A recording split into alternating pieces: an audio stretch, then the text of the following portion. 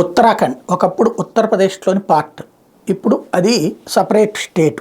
అప్పట్లో 4 రాష్ట్రాల్లో విభజించినటువంటి సందర్భంలో ఏదైతే ఉత్తరాఖండ్, జార్ఖండ్, ఛత్తీస్గఢ్ ఇట్లాంటి ఎట్లయితే ఏర్పడాయి అందులో ఉత్తరాఖండ్ ఒకటి. 4 అనుకున్నారు అప్పుడు తెలంగాణ కూడా. ఈ 3 సక్సెస్ఫుల్గా నడిచినటువంటి పరిస్థితి.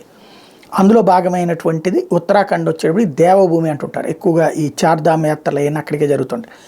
అక్కడ భారతీయ జనతా పార్టీ పట్టే ఉంది. కాకపోతే అసెంబ్లీ ఎన్నికల్లో ఎప్పటికప్పుడు మారిపోతూ ఉండేది ప్రభుత్వం. కానీ ఈ దఫా రెండోసారి భారతీయ జనతా పార్టీ మళ్ళీ అక్కడ గెలిచింది.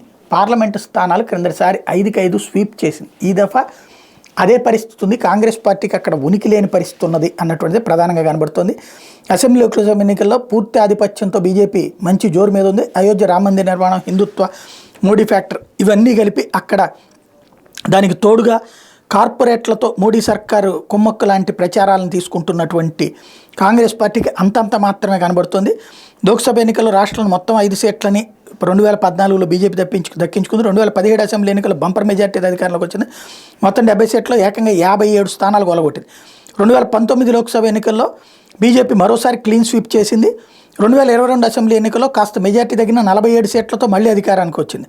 19 సీట్లలో కాంగ్రెస్ పార్టీ కాస్త పుంజుకుంది. ఇప్పుడు ఒక్క సీట్ అన్నా గెలుచుకోగలమని కాంగ్రెస్ అనుకుంటుంటే ఆ పరిస్థితి లేదని సర్వేలు చెప్తున్నాయి.